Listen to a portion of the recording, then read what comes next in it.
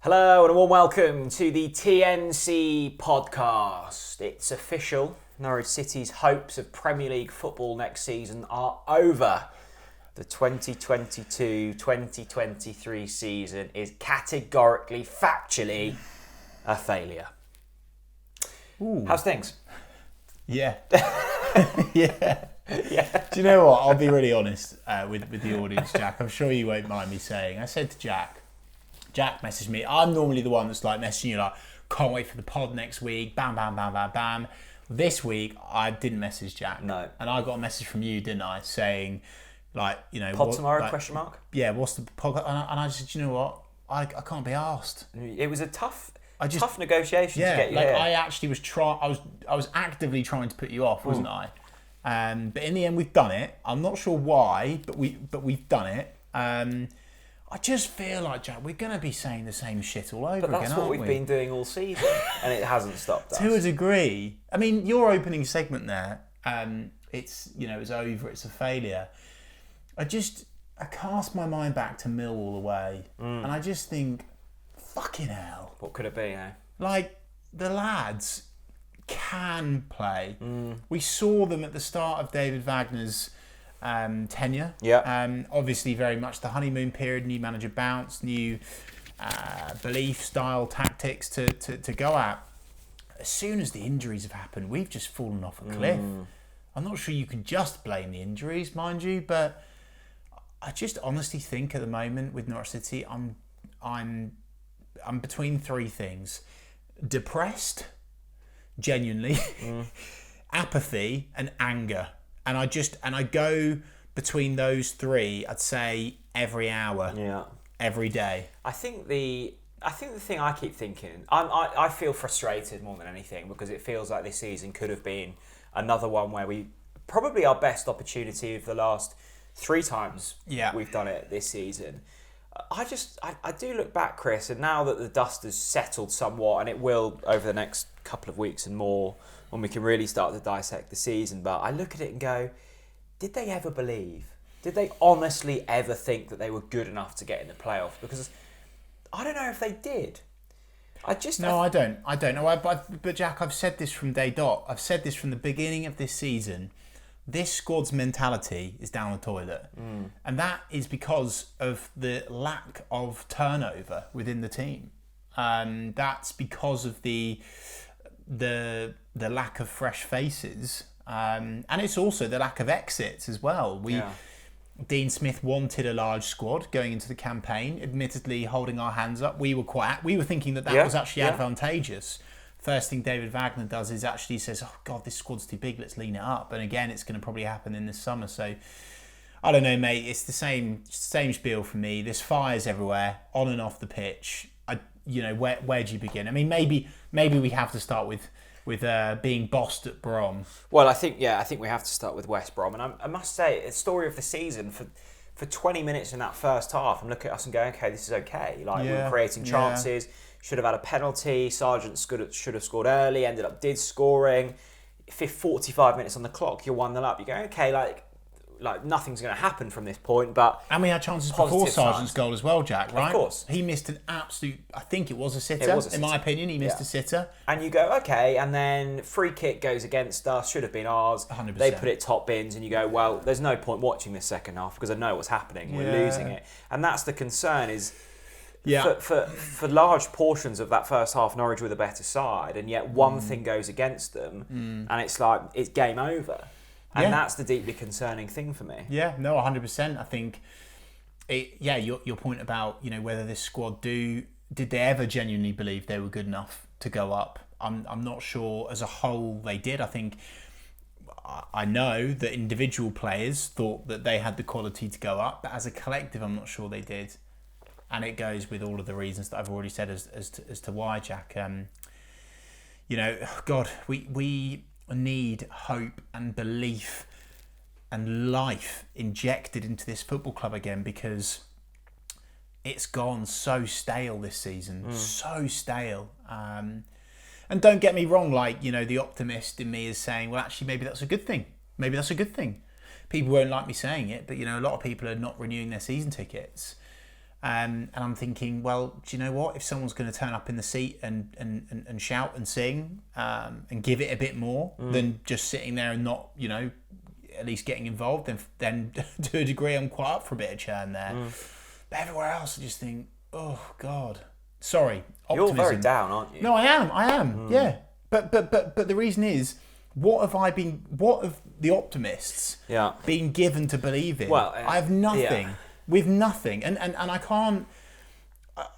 I've got a point on David Wagner in a minute, but I'm even looking at the team selection at Brom, and I'm thinking, what is the point in playing Marquinhos? What is the point? Well, the argument of not playing Pukki is that he's not going to be here next season. To a degree, I agree with that, but then that also applies to Marquinhos, who has consistently been really poor. I want to talk about Josh Sargent. He got the goal against West Brom. He's the top scorer for this season, I think 13 goals. Yeah. I've actually felt a touch sorry for Josh this season, and that might sound strange because I was incredibly critical of him last year, and I don't think he is a Premier League striker, and he was signed to be a Premier League striker. So on that part, we got it wrong. Yeah. But on the whole, I think this season, when he's been played in his natural position, which is a number 9, through the middle, I think he's looked quite good. He's powerful. He scored a couple of nice goals. There is also a big miss in him, and we've seen that at points this season. But you talk about the players that aren't our big problems. I think Sargent fits into that category. Yeah. And I'd love to see Sargent as our main man next season. You'd love to see it, would you? I think if we're... He's better than Adam Eder. Is that where we've gone? I think he's better than Adam Eder. We're losing Pukki, and we haven't got the budget, I don't think, to get anyone better than Sargent. And I think when he's played through the middle, Norwich look a lot more cohesive. It's when we start faffing about with wingers that aren't wingers where it becomes problematic. I absolutely agree. And again, to criticise David Wagner, I have no idea why we've reverted at times back to Josh, Adam and Timu. It's just doesn't work. It doesn't work. Categorically doesn't work. I wouldn't say I'd love to see Sargent up top next season because I still think there's a lot of work there to be done. As you say, there's a big miss in him.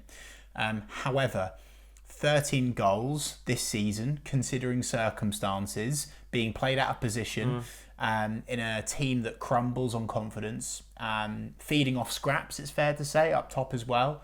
Fair play. And don't forget, young, and don't forget, there was a fairly big injury as well around the time of the World Cup, wasn't it? Or sorry, was it just after the World Cup? Yeah, he got injured in the World Cup, didn't he, I think? So I think the World Cup took it out of him. So, yeah, look, don't get me wrong. I think Josh is a player that I look forward to seeing next season. However, will he be here? Well, yeah. I don't think there's anyone in this team that if the right money came in would... I'm not sure the club would want to keep them because I think there's positives and negatives of keeping everyone, really. But the one thing for me is, I am optimistic that Josh will have another good season next season if he's played in the right position, Jack. Because at the moment he's not being played in the right position. So. I think that the other concerning part for me is when you chat to people and they go, what do you think for next season? It's really difficult to assess it at this stage because you don't know what this squad looks like. Yeah. I mean, I'm even looking at the likes of Angus Gunn. I think we're probably assigned to the fact that Sarah and Aarons will probably be off. So there's two of your better players going. Even the likes of Sargent, I'm not sure is going to be here. And then you're going, whew. Yeah. We've struggled this season and we've often lacked quality. The small bits of hope that we did have will soon be going. I agree with absolutely everything on this, but I know that I'm not definitive certain on this, but I do want to, share some hope. I believe that Gabriel Sara will be here next season. Really? Yeah, I do. I think it's one that Norwich City fans are expecting to go because of the quality, but I'd flip that and I'd actually say that's the fucking reason why we have to keep him. We, literally lock him in a cage up at Colney. But if you're Sarah, you're going, I don't want a part of this. I don't know, Jack, because he started to make a lot of... Don't forget, he's had to adapt to living in this country. He's had to learn a lot of English, of which, by the way, I understand he's really getting on well with and I mean this in a non-patronising way. That's a big deal. He doesn't need the club's translator now to communicate with the team, etc. And so I feel like him moving again, don't get me wrong, for the quality and etc., of course. But I think there'll probably be an element of Gabby Sarra's thinking and also his team's thinking that staying at Norwich for one more season is the right thing. I'm optimistic, based upon conversations I'm having at this stage, that Gabriel Sarra will be a Norwich City player next season. Okay. But of course, the caveat is, if we need the dollar, he's going to go. Well, that's exciting. One thing that isn't exciting is the fact that we've got to put up with Championship officiating again next season. And it does make me giggle, Chris, because there's been a lot of stinkers this season. And when I look back to Reading at home, when we gave away that really soft penalty, and I kind of go, I'm not going to get angry about that, because one will go one way and later back in the season, we'll get one our way. And then you see, I think it was on Sarra at the weekend, clear foul in the box, not given. Yes. Their free kick. Ridiculous. A free kick to us, if anything. Absolutely. And you go, it must be difficult for those lads when for finally they get themselves in front and then something goes their way. The standard's been it's got much, much worse since we were in here before. Much worse. The EFL have got to sort it out. Equally, we don't want VAR. It's dreadful. So it's absolutely not. Well, yeah, and to be fair, I quite like that from you. A bit of perspective. I'd rather shit officials than VAR because that is a cancer to the game. It's absolutely fucking atrocious. You see what it's doing in the Premier League. Any decision against the greedy six, it always goes to them. It's absolutely absurd. It's absurd. So, but I am not going to sit here and say, and I think there was a little bit of that from David Wagner post-match at Brom, which was, decisions didn't go away, etc. We don't want to hear it. This team have got the quality to be in and amongst it this season. I spoke to someone who was associated with another Championship football club this season, who basically said he would absolutely kill to have the quality that Norwich City have had this season, and that it's absolutely dreadful that we find ourselves with. Well, it is a failure. Well, it's absolutely. I mean, Stuart said the aim of this club is to be a top 26 side. We're now officially not a top 26 side. But even post that quote, there was another quote saying that we need to be in and around the top 2 this season. And the fact that we've not been near it has been dreadful. The thing is, I do want to squash something, Jack, and this is this. Sorry, I'm going to attempt to share my point around it. You're obviously entitled to your own, of course. I am a bit frustrated about this new narrative that's coming through, which is around Dean Smith. Okay, any Norwich fan with their head screwed on watched Dean Smith's football, and I was like, look, if Dean Smith comes in and he gets wins, fine. Yeah, that's okay. But as soon as you don't get wins, it's shit. It's dreadful to watch. But it is, and of course, and this isn't a question, but I've screenshot this from Twitter, and this is from Daniel Emery, who I think actually shares a lot of good stuff on Twitter. So go and follow him for Norwich City bits and bobs. He says the Dean Smith had us 5th conversation has cropped up again. By the time we kicked off the next game after his last match, Norwich were 10th in the table and were on a run of 3 wins in 13. Wagner then won 6 of 9 to put us back in contention before the injuries. And I couldn't have worded it as articulately as Daniel. I think that's bang on. I think fair point. There's this new conversation of, Wagner's record is worse than Dean Smith. And of course, as we like to say, facts don't care about feelings. It is. But there's a lot of meat on the bone here. There's a lot of context to put in. And don't get me wrong, I want to make this clear, as I hope that I have been for the last 3 podcasts. David Wagner is not void of criticism. He deserves to be criticised. 1 win in 10 games with this squad is absolutely disgraceful.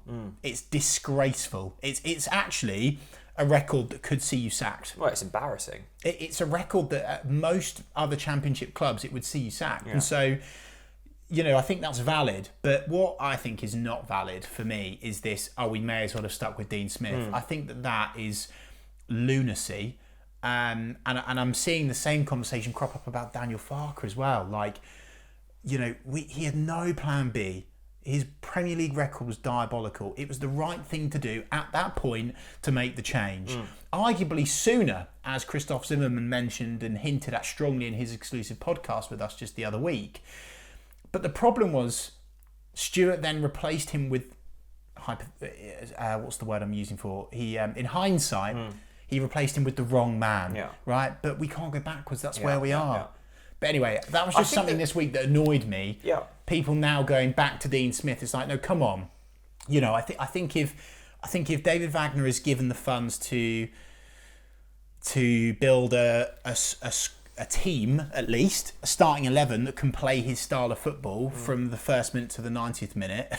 I think it's a very valid point, and I think the really intriguing thing out of that tweet that I've taken is so Wagner won 6 of his first 9 games. Yeah. It's a really impressive record. Yeah. Like, how has it gone that bad since? Like, we've had injuries, right? Yeah. And I get that, but surely it's not all down to that. And I know that you always get the bounce and then teams start to figure you out a little bit. But I'm looking at that and going, how has it gone so wrong so quickly? Well, I think it was triggered by the injuries, but then all the other problems turn on, like a domino effect as a consequence of the injuries.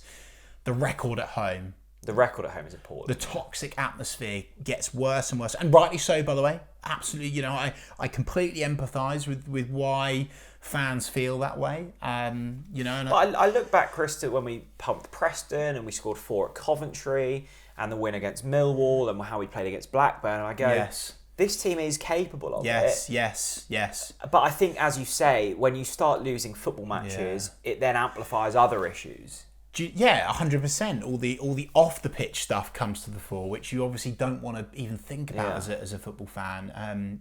There is something that I want to highlight, which I think sort of epitomises. We have to talk about it, as much as people at the club won't want us to talk about it. Is what summarises where we are at. Is of course after the game at West Brom, Andy Hughes decides to have a period of time very close to the Norwich City fans.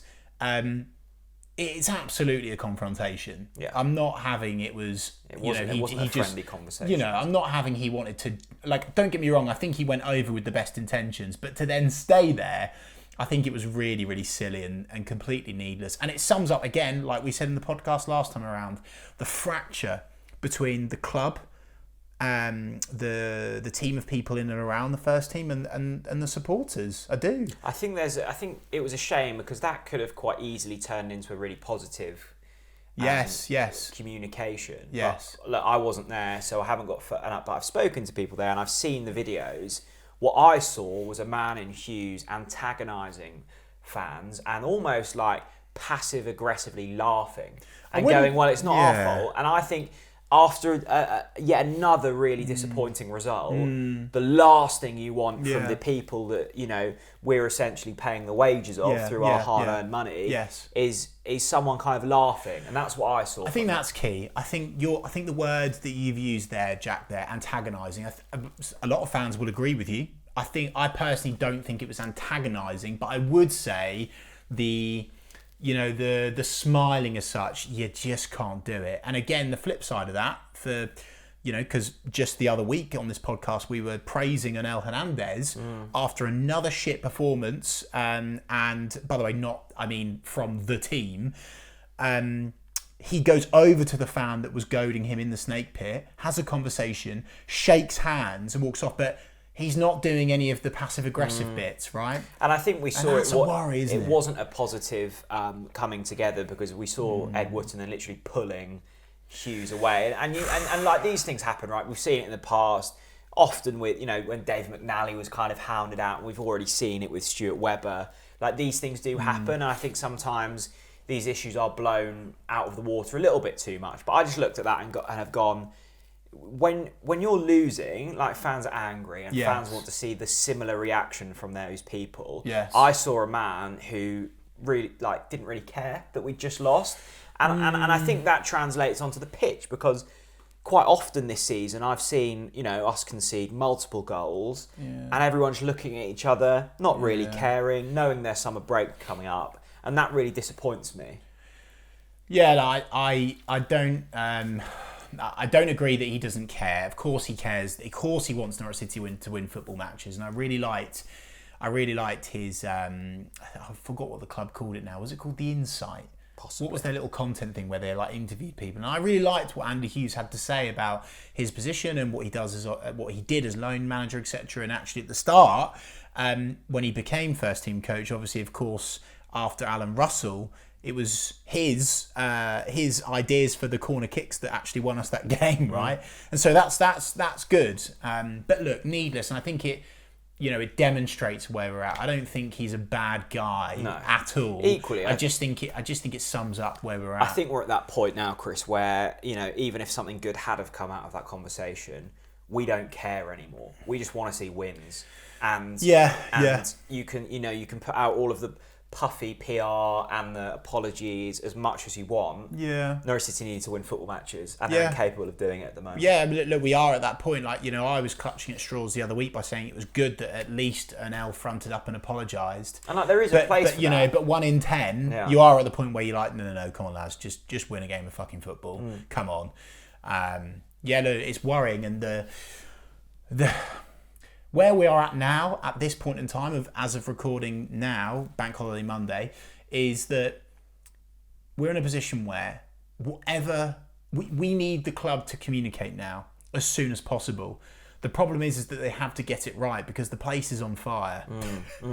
And actually, no matter what they say, we're going to bulldoze all over it. I say we, I mean the Yellow Army will bulldoze all over it because we're pissed off, we're angry because we just want wins. But if they don't communicate, and so it's just a massive clusterfuck. It's a massive clusterfuck, the position that we find ourselves in on and off the pitch. I really, really do think that, Jack. And it's a strange position that we've got ourselves into for Blackpool, our final game of the season at home. It's Pookie's last game.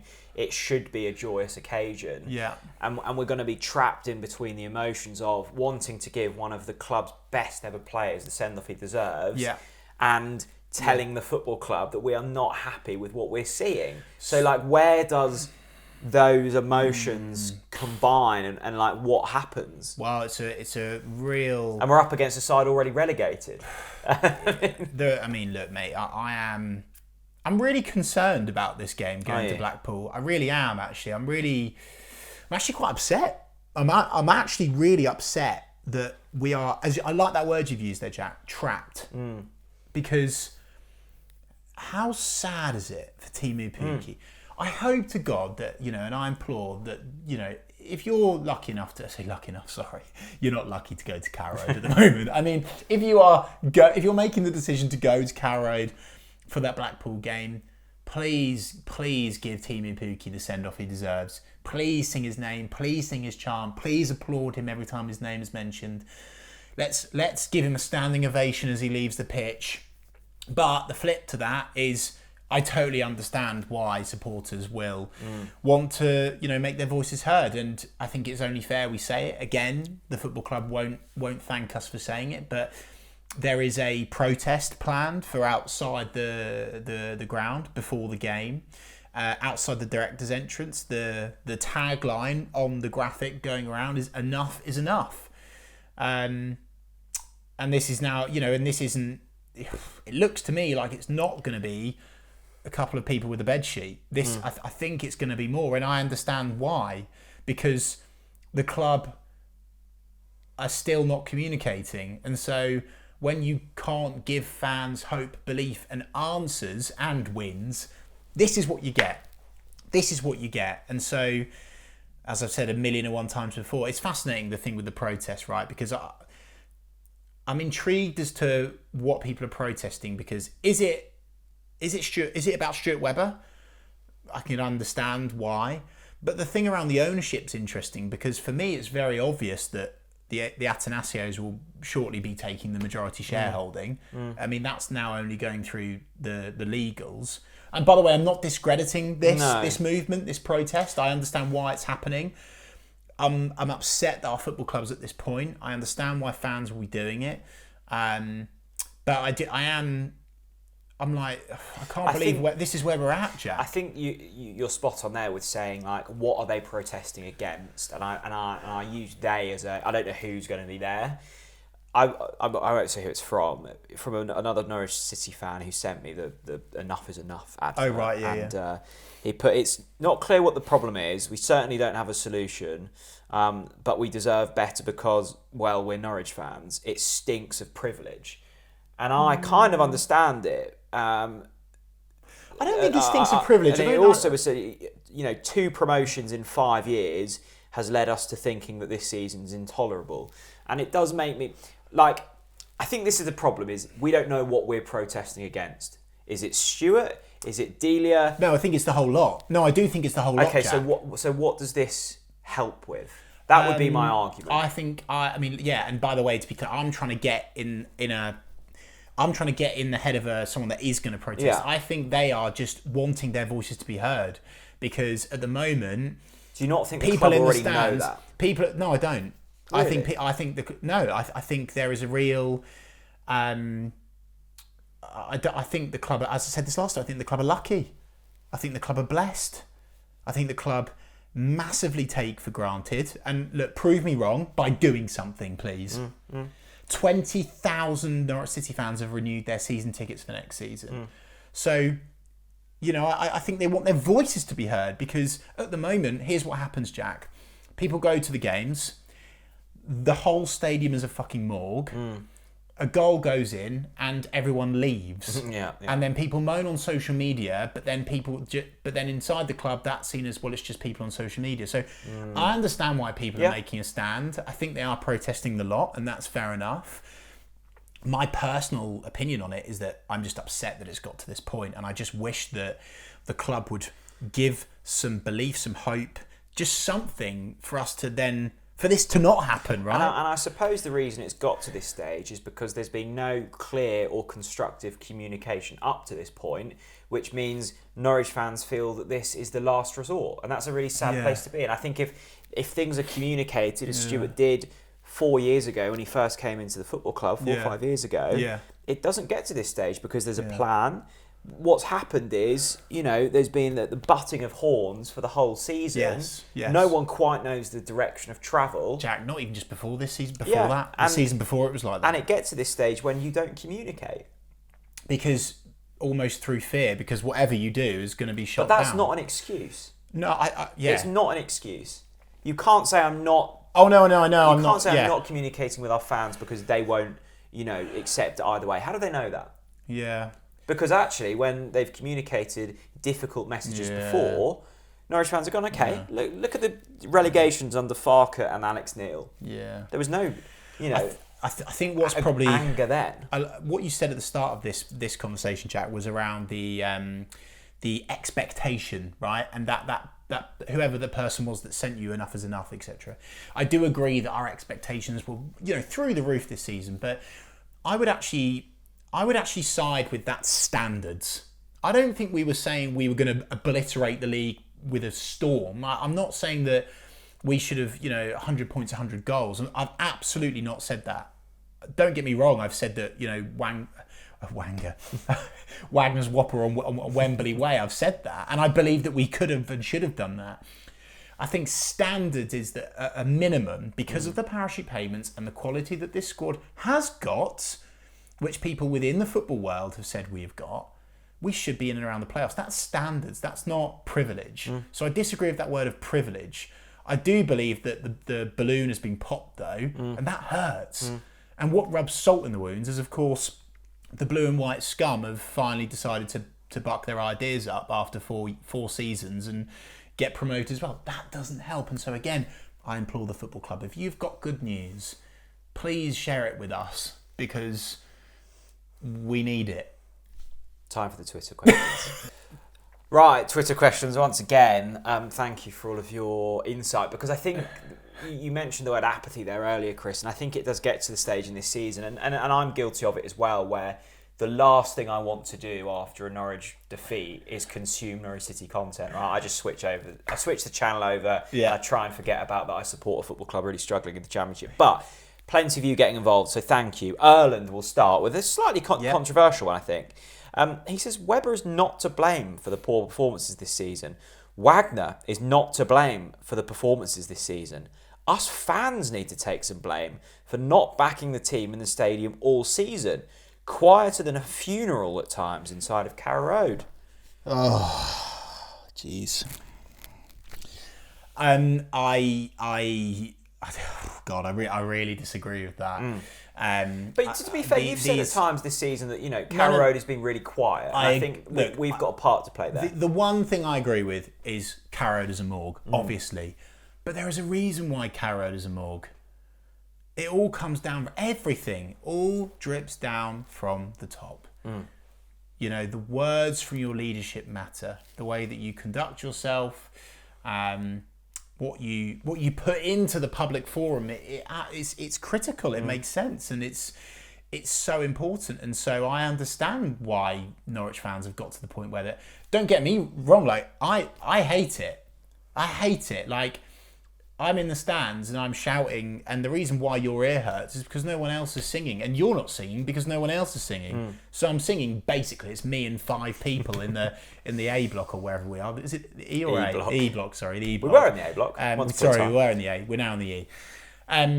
I agree with that, but it all drips down the top. It's not the fans' fault. It's not. Repeat after me. It's not our fault. It's not our fault. I think, like Rob Butler always says, and I agree with him, it's never the fans' fault. I think if you look in like any successful business that's customer facing, the customer is always right, and sometimes that's difficult to take. Yes. If you're a waiter and you've served up some decent food, and for whatever reason they don't like it, like sometimes you just have to take that on the chin and go, what, they're a paying customer, they're right. Yeah. And I think that's a big thing here. Like in any other business, if you've got a consumer paying you north of £500 a year and you're providing no form of service for that, like you have to take some of the responsibility as a business, and I think that's what it comes down to. Equally, I don't agree with like refunding fans or stuff, because I think there's an expectation where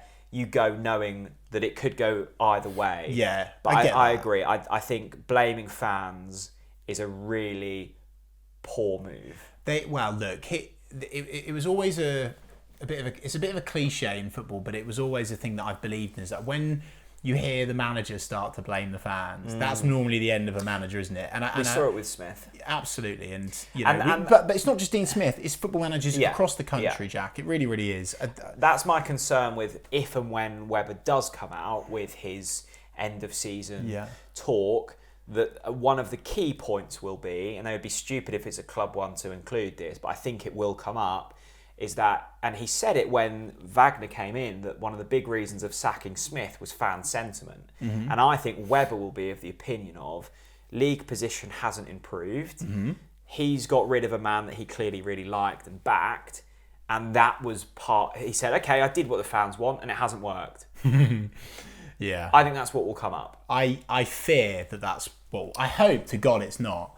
Let's change the channel. Okay. Let's go to Chris Kemp, KempyBoy1991 on Twitter. He says, rants. Only positive thing about this season is the kit. But unfortunately, everything else was an absolute shambles. The minimum should have been playoffs at least. Big changes needed in the summer. A creative playmaker is a must. I mean, let's start off with the kit. What a crying shame, because the kits have been beautiful. Great kit. And there's two football sayings that I've now agreed with as a consequence of this season. One is never, ever, ever, ever fall in love with a lone player. Yeah. I've fallen for that so many fucking times. Have we done it this season? At the beginning, I thought Isaac Hayden was the man to make the difference. And the second thing is good kit, shit season. Yeah. And yeah, so look, but maybe the club should stick with the same kit for next season. Oh, no, actually, you've got to change it. Just make it really bad. Make it horrible. Give me like Italian mopeds. Yeah. Again. Oh no! What, mate? That was class. I know, but mate, that kit was gorgeous. Yeah, and we did. But that goes against your theory, because that was a nice kit and we did well in it. Yeah, maybe. Anyway, a creative playmaker is a must as well from Chris Kemp, and this is interesting, right? Because Dowaldinho looks to be out the door up north with Todd at Rangers.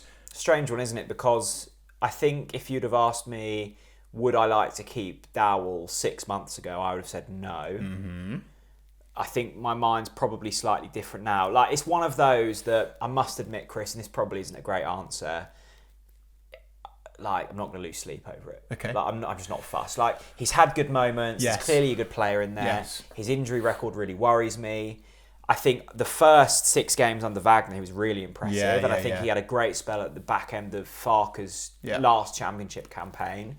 Is it just a case of with Dowell-Dino, injuries killed him? I think so. And equally, I think we need to freshen up. And I think I holding on to these players... And probably he needs a restart. Yeah. I mean, look, don't get me wrong. I think it was at the end of that season in lockdown when he was also looking pretty good. He scored a cracking free kick away at Derby, I think it was as well, when we won 1-0. Good memory. That was good. Dowell-Dino. There's been some really impressive moments, and obviously, but I think for me, injury. I'm the same as you, Jack. Like. I like Dowell. I like him, but like at the same time, he's not a player that I would be devastated that would leave because of the fact of where we're at and the injuries that he's had. And I believe that Norwich City need more consistency. We need players that can be at least at the moment we're at 4s and 5s. We need players that are at least 7s and 8s every single game, not players that can have a 10-game spell and get injured, and that's the cruel world of football. And right? I think there is something in saying as well, like, I'm certainly not comparing us to Alex Ferguson's United team, and I'm also not comparing Dowell to any of those players. But you saw with Ferguson at United, like, as soon as a player had a good season, he'd often let them go. Yeah. Because he wanted people, like, re-energised, hungry. Yeah. And I think it's difficult in football because you get attached to these players. Let them go when the going's good and we can freshen up. The problem comes is how do we re-recruit, because we've been let down there. So I think Norwich fans are really attached and sentimental to these players because we feel, and I think rightly feel because evidence has backed it up, that we're going to find it difficult to find someone as good as who we're letting go. Agree with most of that, except that my observations are, Jack, is that the majority of Norwich City supporters now are ready to actually see you later to most of this team, actually, to be honest with you. I think you're right, and I think that's what we need, but it worries me with who we find. Well, of course, as I said in the last podcast, I don't believe we'll recruit well anymore. This is an interesting one from Reese, and I guess it's more of a statement, and we've already covered it, but I want to read it out anyway. It says, Webber needs to apologise to the fans. He knows deep down the recruitment has been very poor the last few seasons, and it's unacceptable that he's blamed fans for atmosphere when we already pay one of the highest prices of season tickets in the country and have a great away following. The fans are being taken for granted, and the comments he made at the end of the season interview last year about the atmosphere were so contradictory, as they decided to raise the season ticket prices, which surely makes it harder for younger fans to obtain a ticket. Look, I want to respond to the back end of that straight away, Reese. This is a problem that's been the club know about this. They've known about it since the beginning of Ben Kensel's tenure at the football club, because he's told me about that. Norwich City have a problem where they've almost allowed too many season ticket holders. They haven't incentivised young supporters in, right? That is a problem that they've had for so long now that they are aware of. But I agree with the sentiment of this message, Reece. I think it's a fantastic thread that you've put together there. I do believe that the club don't realise how lucky they are to have the fans that they've got. Over 1,700 people went to West Brom, which was basically a dead rubber game. Probably just to go to the Vine, to be honest. Don't get me wrong, that's a quality one. But what about this, though, Jack, about an apology from Webber? I think Reece... If he shared a heartfelt apology... I think Reece is right, and I'll put it out there. I like Stuart Webber. I think he's on the whole, he's an impressive operator, and he's someone who I'd go for a pint with, and I think he's an engaging communicator. Yeah, I think he'd scare me if I went for a pint. But I kind of like that. The thing I want to see from Stuart, and I'm not sure if he's got it in the locker, I want to see him soften up a bit when he talks, because when I get the impression, and it works when you're doing well, it doesn't work when you're not doing well. I see a man incredibly defensive, lots of pent up frustration because he hasn't talked it through, right? I see a man really struggling to just provide some empathy. I just don't think. I think he thinks, and maybe rightly so, because there has been a lot of criticism, that he's got the world on his shoulders and everyone hates him. Actually, I think he got loads of love, and all it takes is one summer of good recruitment, and I think people are back on board. I think it amplifies the hatred when we're not hearing from him, and I get a sense, and I think it's the worst tone to portray, of passive aggressiveness. I just want to see Webber soften up and go, you know what, guys? I got it wrong. I'm really sorry. I did try my hardest. I am fully committed. Well, I think he's at the point. I do genuinely believe, reputationally, Jack, that he is at the point where he's very much backed into a corner. And actually, I think the only thing he can do now is to do that. I think, as you say, everything else that he's tried is not worked. And so I agree. Like I would love to see that. I'd love to see Stuart open up and really own it. But unfortunately, in his world, I think, not just his world, I mean his world is in that band of sporting directors across the country, they almost see that as a weakness, if that makes sense. You know who I want to hear from as well, and I'd love to hear from? Zoe. Yes. Because I think there's... Yes, me too. I think there's often... Me too. I think people don't quite know what she's about. She's a very impressive operator. She's done remarkably well to get in the position she's done, and done a lot of very good stuff for the club. But again, it's someone that we don't hear from. Yeah. I'd love to sit down with Zoe and have a chat. Yeah. Well, look, Zoe, I mean, to be fair, I have to make this clear as well. I have asked Zoe to come on. I'm going to say this, actually. This is important, right? We're not just saying, the club need to communicate and we're not doing anything about it. I want the people that subscribe to us to know we are actively trying. I have messaged Zoe and I've said to Zoe, when the time is right, please come on the podcast and communicate. Let's actually have a conversation. Don't get me wrong, it's gonna be fucking difficult. And I think we've proved as well, maybe myself, is I'm willing for someone to come on here and go, you know what, Jack, you've chatted shit and I haven't appreciated it. Well, Russ Martin did it when you said that he wasn't good enough. Fine. Yeah, I do it every week. You talk nonsense. I want to get this in from Lee Widdett, who I think isn't my biggest fan, or maybe our biggest fan. Maybe I'm wrong, but I've definitely seen him give me some stick in the past. But I think it's fair that we open up this conversation. Lee says, "Hi lads, wondered if you could discuss," and I know this is a sore point, but just let's be empathetic. Wondered if you could discuss whether the Farke sacking has proven a good decision for the club in light of all of our best technical players leaving and a lack of youth progression since. Cheers. Lee, I'm sensing a bit of sarcasm. I know you're a big Farke fan, as were we. I will start by saying I think technical players leaving and a lack of youth progression coming through those things weren't 100% happening because it was Farke, right? David Wagner is now fielding one of the youngest Norwich City sides in decades, actually. My concern would be here, I think you're spot on in terms of successful youth players coming through, because although it's the youngest side, I don't think any of them have proven that they're good enough at the moment. Maybe the time will come. I think that's a bit harsh. I think they have shown. They have all shown glimmers. They've shown glimmers. I don't. There's green shoots there, Jack. I think your standards have dropped so far. No. Andrew Mbamadelli, Liam Gibbs. No. There's green shoots there, Jack. They're part of a side that have lost 9 of all. They've won 1 in 10. Okay, what I would say is it's concerning that we've invested tens of millions of pounds in a Grade 1 academy, and under Stuart Webber and the people leading that academy. No one's really come through, and no one's been at a value that we could sell under this current, the likes of, I know Maddison didn't come through, but he was recruited. These were pre-Webber.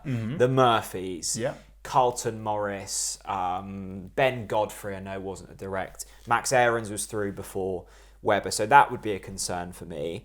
I also think the Farke thing, Farke did well. 2 of the most memorable and successful championship sides that this league has ever seen. Yeah. But things move on, and it was clear that there wasn't necessarily a plan B. And I'll hold my hands up, right? I hounded Farke out because I didn't think he was the right man. Did you hound him out? Well, I wasn't happy. You published a video stating your opinion. Which you hounded him out. And I don't regret that one bit. The predecessors after him have hardly done amazing things, but that's not like, it doesn't mean that Farke would have excelled because of the people that have come in after him haven't done well. I think the sacking of Farke almost came too late. I think the sacking of Farke was the right thing to do. Well, look, don't take... And I don't regret any of the things I said about Daniel Farke. Yeah, I don't think you hounded him out, Jack. I think you said your opinion, and you know, of course, you know, Pete, and you know, I still respect everything that he did for our football club, but the time was right. Like, we were dropping like a sack of shit in the Premier League again. He'd run out of ideas. The worst win percentage of any Premier League manager. Ignore whatever we say, right? Well, you probably ignore whatever we say anyway, and rightly so, because we talk absolute nonsense. But ignore what we say. What was a fascinating moment for me was listening to Christoph Zimmermann talk about Daniel Farke and the end of his period at the football club. That for me was telling, because Christoph Zimmermann, and you know, of course he still keeps in touch with Daniel Farke and stuff. Even he said, it was, you know, it was the right time. It's very easy when things are going wrong to look back in the past when it was going right and go, well, that would now work now. Yes. It doesn't work like that. And I think it's a really cowardly approach to go, well, we changed it and it hasn't worked, so we should just revert back to type. And like, you're going to make decisions that sometimes don't work. I almost actually feel like, in a funny sort of way, the club sacking Daniel Farke when they did almost protected him from the abuse of another relegation. In a weird way.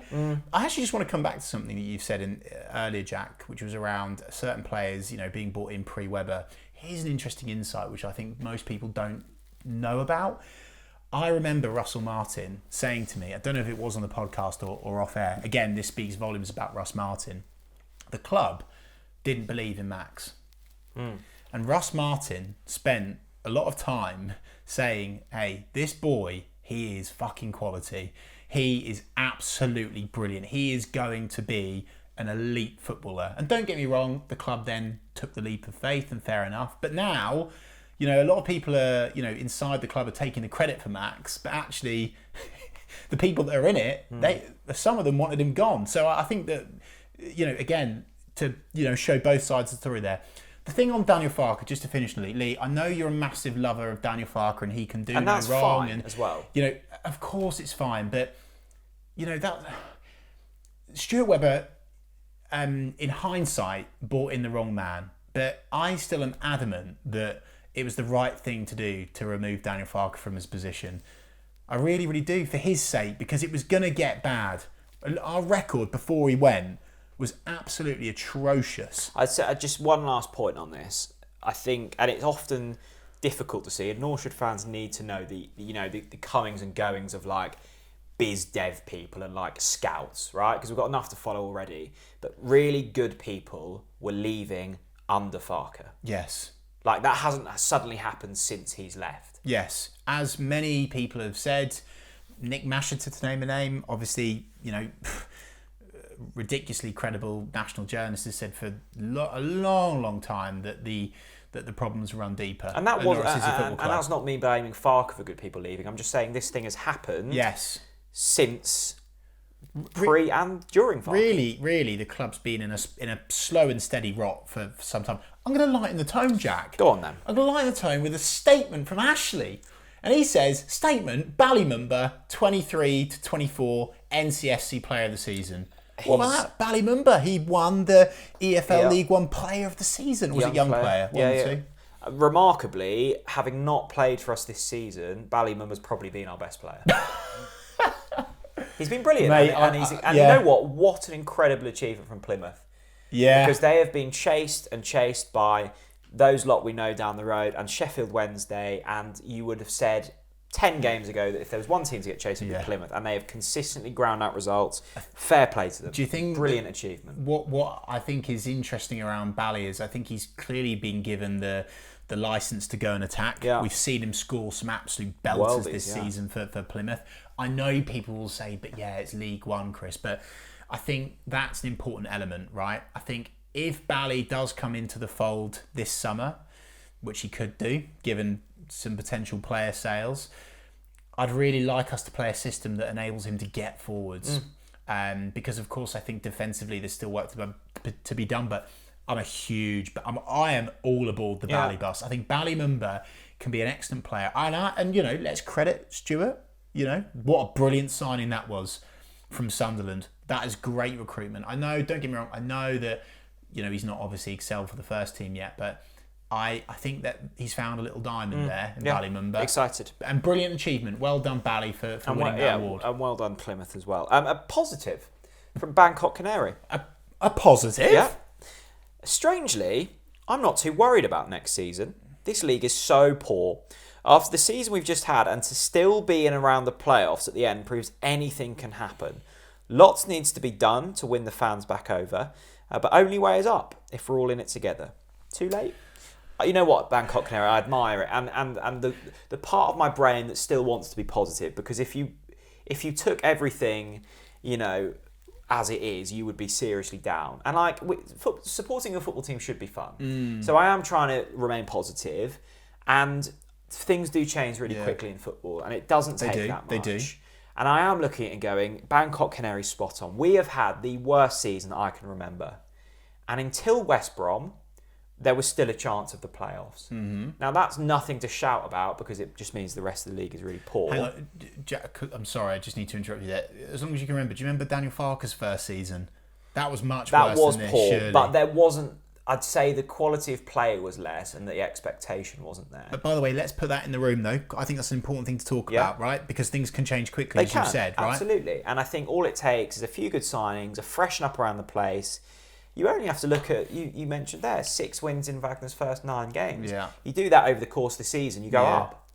Of course. It can be done. I think it's difficult at the moment for Norwich City fans to get positive, right? Because we're getting it from Ipswich fans, we're getting it from our own football club hierarchy, we're getting it from each other, we're getting it from I've just got one here from a bloody Villa fan who thinks that Dean Smith's the best thing since sliced bread and that it's our fault and it wasn't ever Dean Smith's fault, and we're just getting it from all angles. You know what? I like that there's a bit of needle, because we have been too nice for too long. But here's something that's linked to this, Jack. We recently, of course, had a special episode of the TNC Podcast with Robert Green. Yes. Of course, legendary Norwich City goalkeeper, went on to have a fantastic career.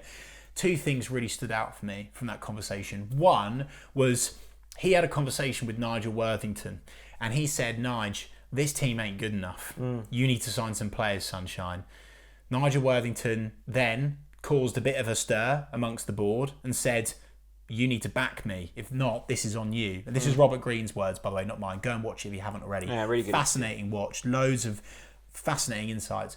But the other thing from Robert Green is, don't forget, he joined Norwich when we were meandering around the mid-table as well. It wasn't going so well, okay? And then, of course, we went and signed Hucks and Crouchy, and look where we ended up. And I think that's the second part for me, which is... Robert Green said, the way that you win the Championship, you sign better players than everyone else. It's as simple as that. People don't want to admit it, but that's the truth. I'd even say, you look at... I'd say 3 of the top 6 are, and this is in the nicest way possible, just average teams, right? And I'm genuinely, because it embarrasses Norwich even further, so I'm being nice here. Luton, Coventry and Millwall are currently 3rd, 5th and 6th. Millwall, we've beaten both times and have just been okay at home and just ground out games. Luton have done a remarkable job on a shoestring budget. They've got the most out of their striker. And Coventry, remember when we beat Coventry at home early on the season? They were without a stadium. They were a shambles. I would have wedged on them to go down. And they are 5th. Yeah, and fair play to them, by the way. I've always said that. So it doesn't take much in this division. Now, what I would say is I think the league will be stronger next season. You've got 3 big teams coming down. Absolutely. Whatever we say about Ipswich, they've looked really good this season. Plymouth are going to be coming up with a bounce, and you might have like a Sheffield Wednesday. So the teams coming up and the teams coming down are all good. That throws 6 decent teams into the equation, as well as the teams that don't go up. That's the reason why I can't get positive, and why I believe we're staring at mid-table mediocrity. I don't disagree with that, but with the hope that you have to hold on to is that things can turn quickly. Of course. It's just few and far between in terms of belief at the moment.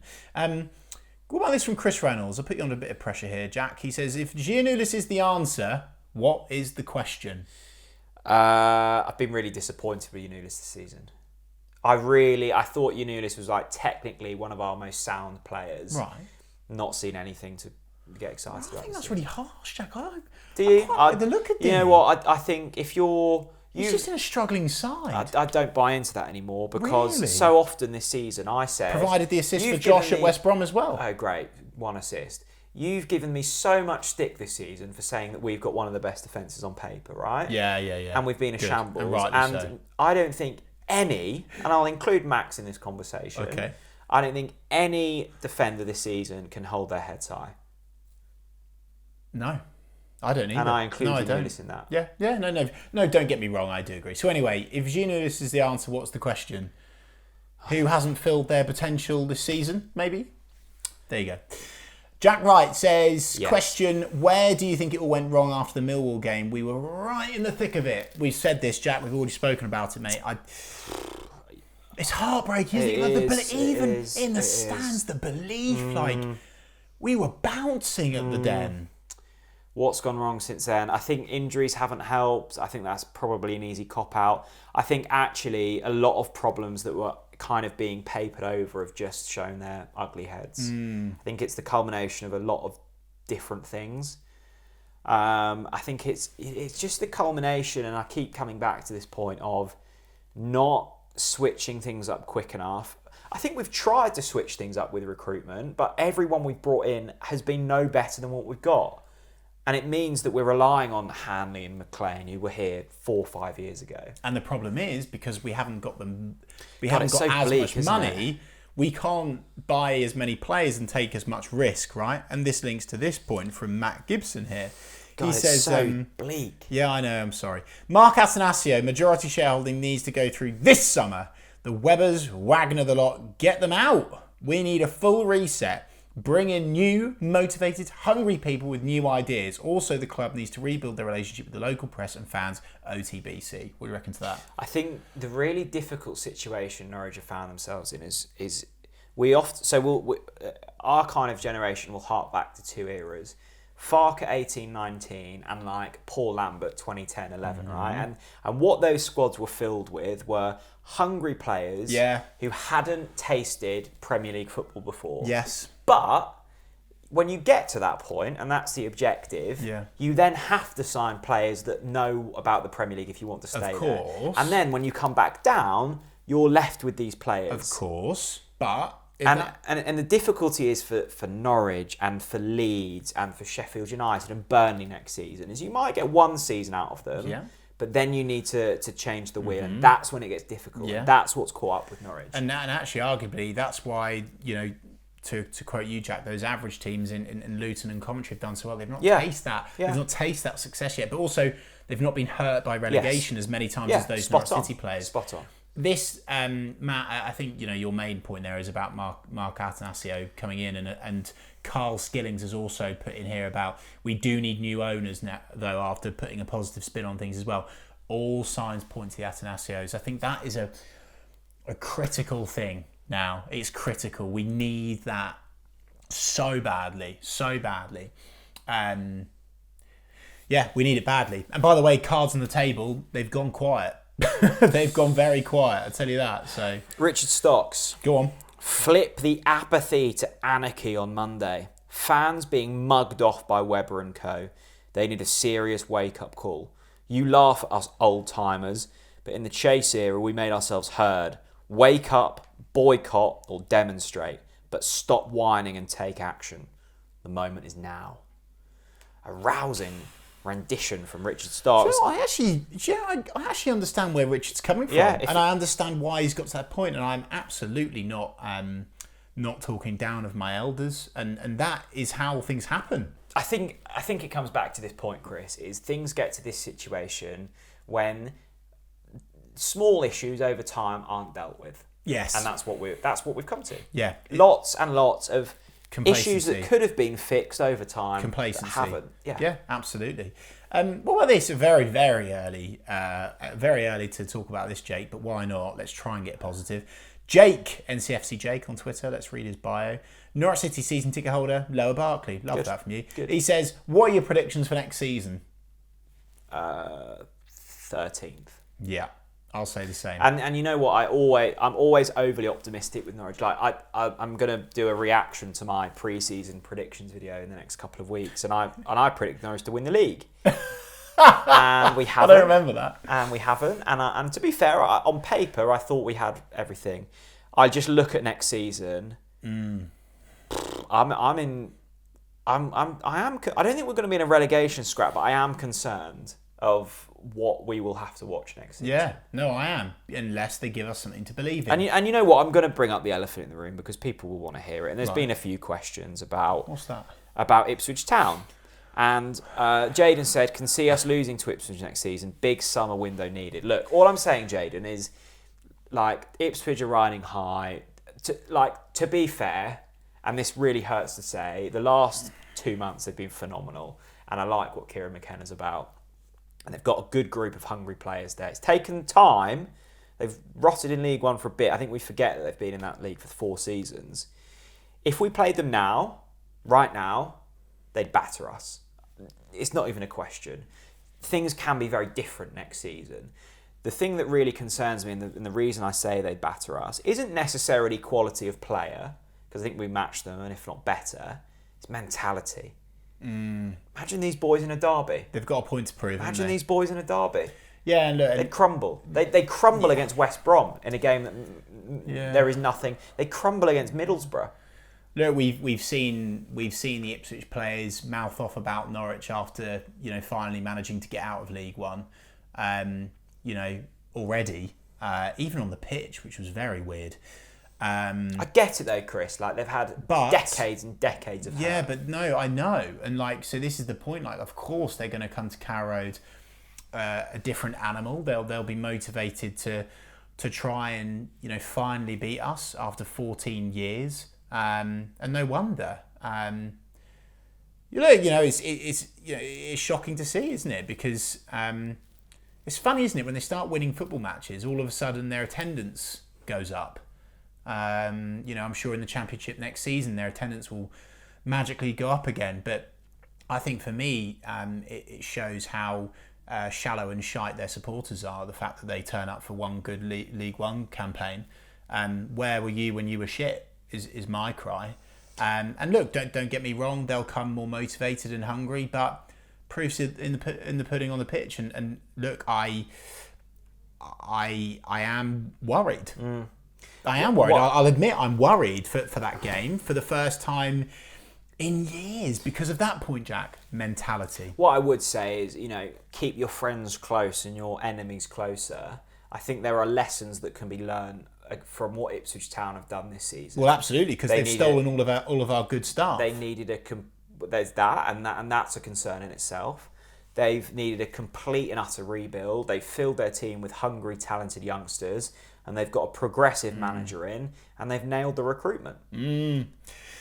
It's a concern. That's the only nice things I'm saying about Ipswich. There you go, Ipswich fans. I do really like Kieran McKenna. So, with Blackpool coming up, God. I am worried. I'm worried for the. I think my overriding emotion, Jack, going into that is I feel sad for Timu Pukki, man. Me too. I really do. Me I'm too. gutted for the guy that his last game. I forgot where it was. It might have been Stoke. People were laughing on Twitter as they do about when they do the lap of honour around the pitch, and there was literally 5 people in the stands. Oh God! I'll actually put it out there. If I was Norwich City, I wouldn't do a lap of honour. I'd get the lads in and draw the curtains on the season. Remember Wes's last game when it was against Leeds, wasn't it? And he scored a couple. Yeah. He scored them both or one. He scored one off the post, didn't he? I just hope it's like that because it won't be like that though, Jack. I'm just saying. I think the risk here as well is because we've been so bad. You forget some of the good times, and I think we've started to forget just how good Pukki was. Yes. Like a once in a lifetime in terms of a free signing. For 3-4 seasons, that guy was such a joy to watch. Mate. Like you give him the ball 1-on-1, and it was no other. He was scoring. The finish. I haven't seen someone as good. Do you know what? I think in my lifetime, let me try and No, I think I'll be honest. Best finisher, I think. I think in terms of finishing, particularly in a one-on-one situation, the best. Don't get me wrong. I think aerially, I'd be looking at maybe a Dean Ashton, a Ewan Roberts, Holty, great buff. Holty in the air was class as well.